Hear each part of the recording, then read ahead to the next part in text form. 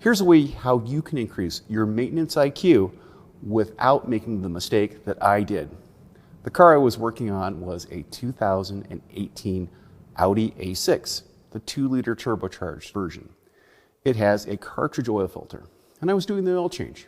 So what did I do? I lifted the vehicle, removed the pan, and drained the oil from it. While the vehicle was still up in the air, I put the pan and the dust shield back on, and then lowered the vehicle, and then removed the oil filter.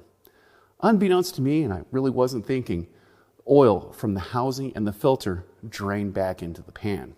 So when I went to fill up the vehicle with additional oil with the correct specification from the manufacturer, it actually read that it was overfilled. Overfilling oil is not a good thing on a modern engine. It's actually worse than underfilling a car.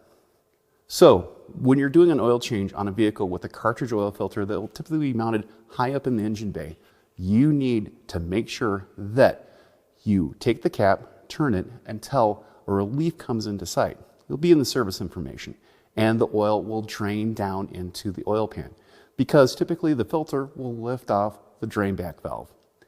And from there, you can drain all of the oil out of the engine. This way, you're going to get a complete oil change, and you won't have a message for overfilled oil. I'm Andrew Markell. Thank you very much.